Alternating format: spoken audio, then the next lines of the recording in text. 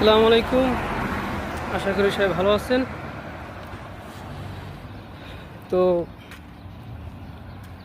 কে কেমন আছেন বা কোথা থেকে বলতেছেন জানাবেন। আসলে যে মানুষ যেরকম অন্যকেও সেরকমই ভাবে। একটা উদাহরণস্বরূপ, দুইজন মানুষ সকালবেলা গোসল করতে গেছে পুকুরে। তো একজন মানুষ ভাবতেছে যে আরেকজন যে তার সাথে গোসল করতে গেছে অন্য পারে, তো সে যে কাজ করছে রাত্রে, অন্য লোকেও সেই রকম চিন্তা করতেছে। সে একজনে সারা রাত মহান আল্লাহ তাআলার ইবাদত করছে, ভালো কাজ করছে এবং পরিবারের সাথে ভালো করে চলতেছে।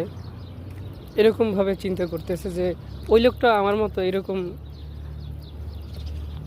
রাত্রে কাজ করছে, কিন্তু অন্য আরেকটা লোক রাত্রে সে চুরি করছে। চুরি করার পরে সে সকালবেলা গোসল করতে গেছে। তো এই চুরি করা লোকটাও এরকম চিন্তা করতেছে যে ওই যে অন্য পারের যে লোকটা, সেই লোকটাও রাত্রে চুরি করছে, সে আমার বন্ধু, ঠিক আছে। কিন্তু তাদের দুইজনের কাজ ছিল আলাদা এবং চিন্তা ছিল এক। অর্থাৎ যে যে কাজ করছে সে চিন্তা করছে যে অন্য লোকটাও আমার মতো একই কাজ করছে। আসলে দুইজনের কাজ ছিল ভিন্ন, কিন্তু চিন্তা ছিল এক। অর্থাৎ ভালো মানুষ ভালোটাই চিন্তা করছে, আর খারাপ মানুষ খারাপটা চিন্তা করছে। আরেকটা উদাহরণস্বরূপ, একটা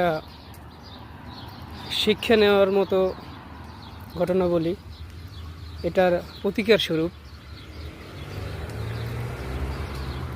এক বুজুর্গন তার দুই শাগরেদকে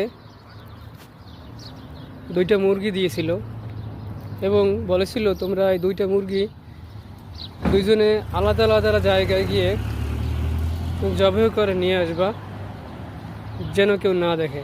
কিন্তু অনেক সময় পার হওয়ার পরে দুইজন লোকই আসলো